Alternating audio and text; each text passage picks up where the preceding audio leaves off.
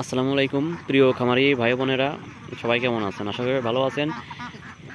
আজকে আপনাদের মাঝে নতুন ভিডিও নিয়ে আসলাম।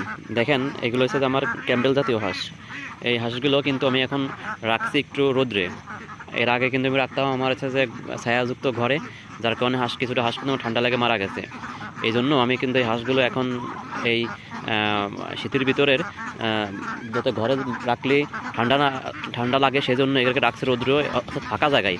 আর ফাঁকা জায়গায় রাখাতে আল্লাহর রহমত আমার কিন্তু এখন সেই ঠান্ডা যে ভাবটা ছিল, ভাবটা কেটে গেছে। এখন কিন্তু এদের হচ্ছে যে পুরোটাই এরা রৌদ্র রাখি। আর এখানে দেখেন যে গাছের তলায়, অর্থাৎ এখানে সারাদিনের ভিতরে কিছু সময় রোদ থাকে, কিছু সময় ছায়া থাকে।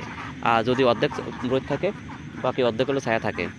আর যার কারণে এদের যখন শীত লাগে তখন এরা রোদে থাকতে পারে, আবার যখন এদেরকে গরম লাগে এরা ছায়া থাকতে পারে।